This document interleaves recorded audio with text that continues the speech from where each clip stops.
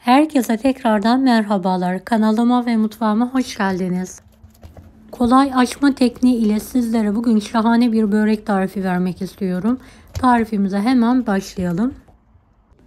2 su bardağı ılık süt, 1 su bardağı ılık su, 3 tatlı kaşığı toz şeker, 1 yemek kaşığı maya. Evet, tüm malzemeyi karıştıralım.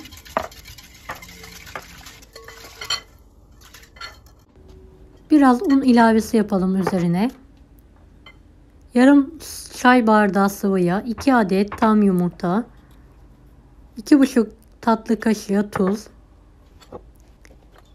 1 yemek kaşığı sirke, yarım pakette kabartma tozu ekleyelim. Tüm malzemeyi homojen olana kadar karıştıralım.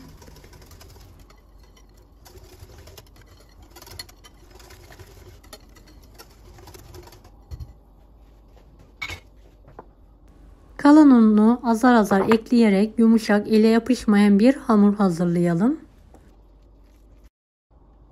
Evet, hamuru toparladıktan sonra tezgah üzerine alıyorum ve yoğurmaya devam ediyorum.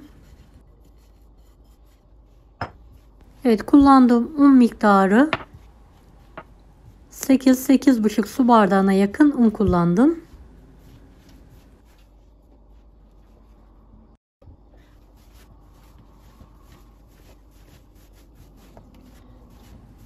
Yoğurduğum hamuru aynı kaba alarak üzeri kapalı bir şekilde kendi halinde mayalanmayı bırakıyorum.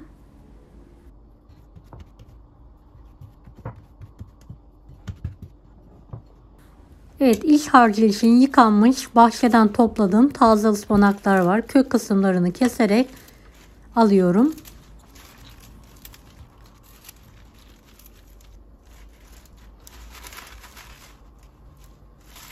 Ispanakları çok fazla kalın olmayacak şekilde kesiyorum.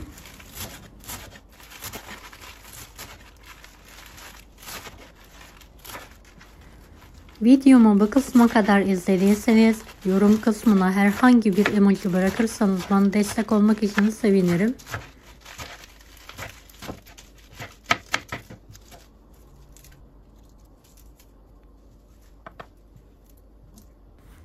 Evet, 3 adet yemeklik kuru soğanı doğradım. Bol zeytinyağında kavurdum. Kokusu çıktıktan sonra doğradığım ıspanakları ekliyorum ve karıştırıyorum. 2 seferde ıspanakları ekleyebilirsiniz. Bu yöntemle kolay bir şekilde fazla sulandırmadan ıspanağınızı kavurabilirsiniz.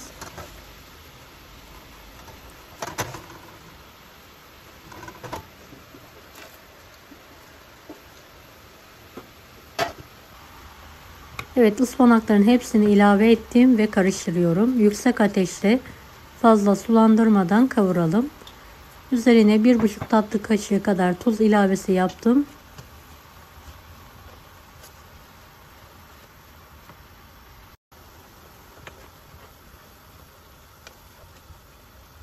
Kavurduğumuz ıspanakların üzerine 2 tatlı kaşığı toz kırmızı biber ekleyelim ve karıştıralım. Daha sonra altını kapatalım.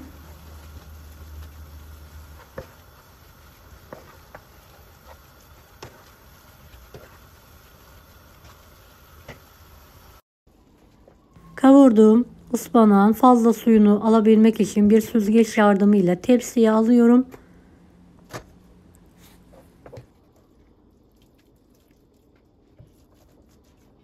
Kendi halinde soğumaya bırakıyorum. Evet, hamurum çok güzel bir şekilde kabardı.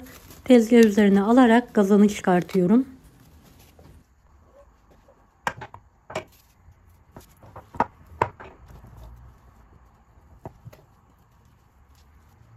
Evet, hamurumuzu 8 eşit bezeye keserek yuvarlayalım.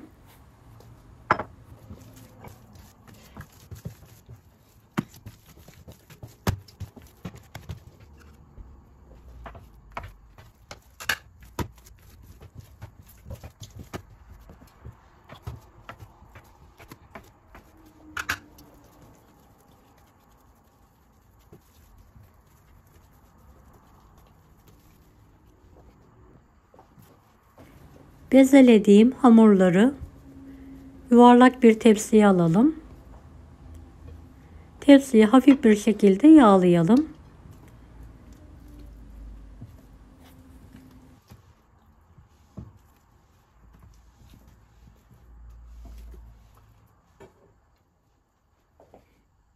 Evet, bezelediğim hamurların üzerine elimle yağ gezdirerek hafif bir şekilde elimle yağlıyorum.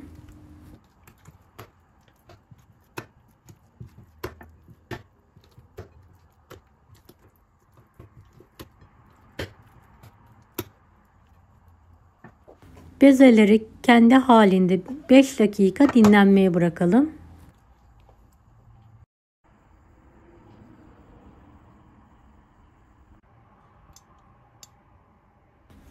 Evet, dinlendirmiş olduğumuz bezeleri tezgaha ve hamurun üzerine hafif bir şekilde yağ serperek elimizle hafif bir şekilde açalım. Toplamda 200 gram tereyağı, 1 çay bardağı da sıvı yağ kullandım.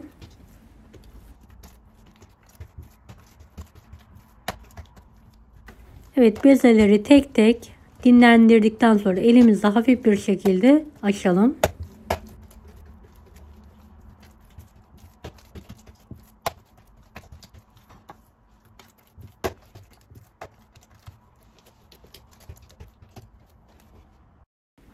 Evet, açtığımız bezeleri aynı tepsiye alalım. Üzerlerini de hafif bir şekilde tekrardan yağlayalım.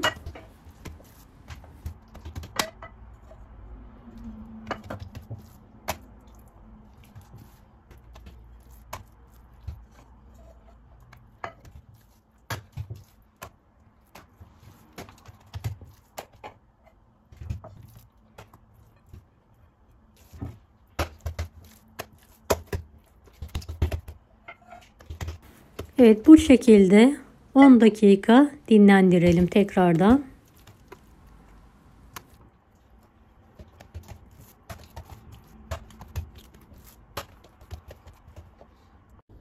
Evet, dinlendirmiş olduğumuz bezeleri hafif bir şekilde yağlayarak elimizle sündüre sündüre ince olana kadar açalım.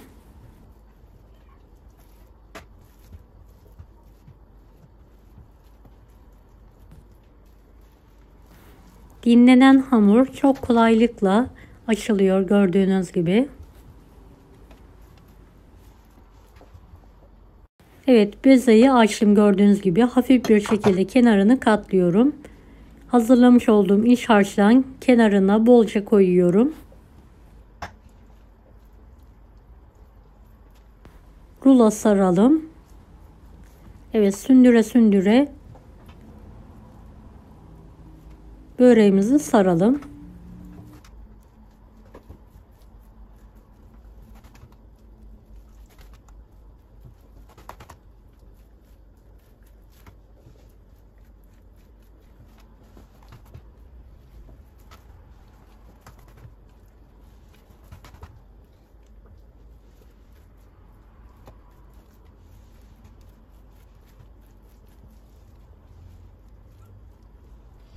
Evet, gül börek şekli verelim.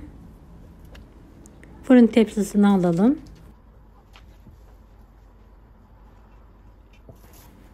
Kalan bezeleri aynı yöntemle sündüre sündüre hafif bir şekilde yağlayarak ince olana kadar açmaya devam edelim.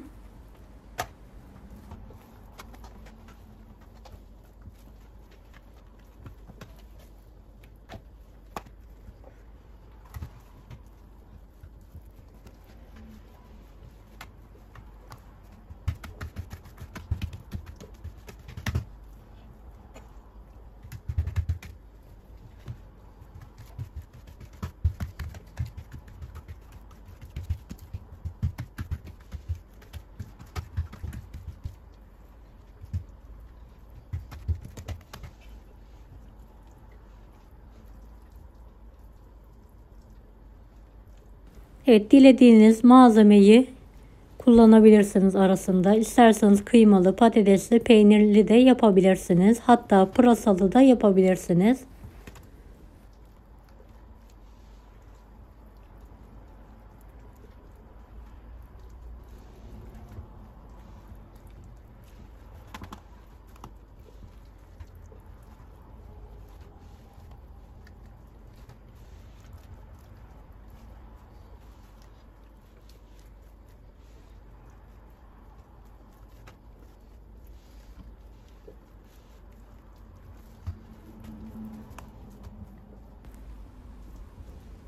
Evet, dilerseniz gül böreği şeklinde, dilerseniz de kol böreği şeklinde yapabilirsiniz börekleri.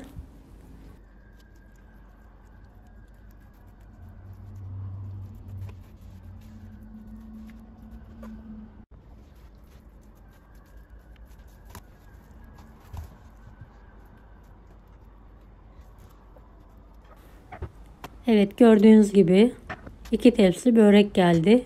Üzerine artan yağı elimle hafif bir şekilde sürüyorum.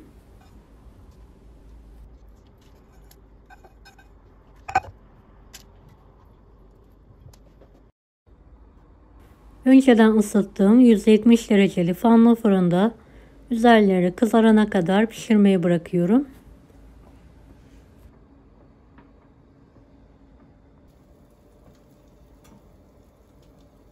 Evet, böreklerimiz nar gibi kızardı. Çok güzel oldular. Hemen fırından çıkartıyorum.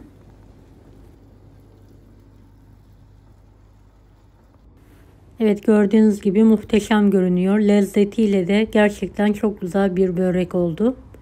Mutlaka denemenizi tavsiye ederim. Evet, böreğimiz hala çok sıcak. Bir tanesini keserek işini de yakından sizlere göstermek istiyorum.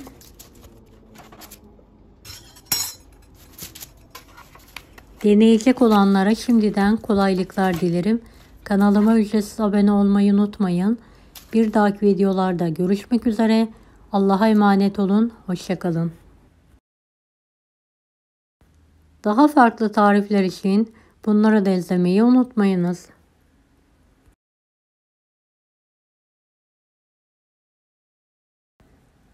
Afiyet şifa olsun herkese.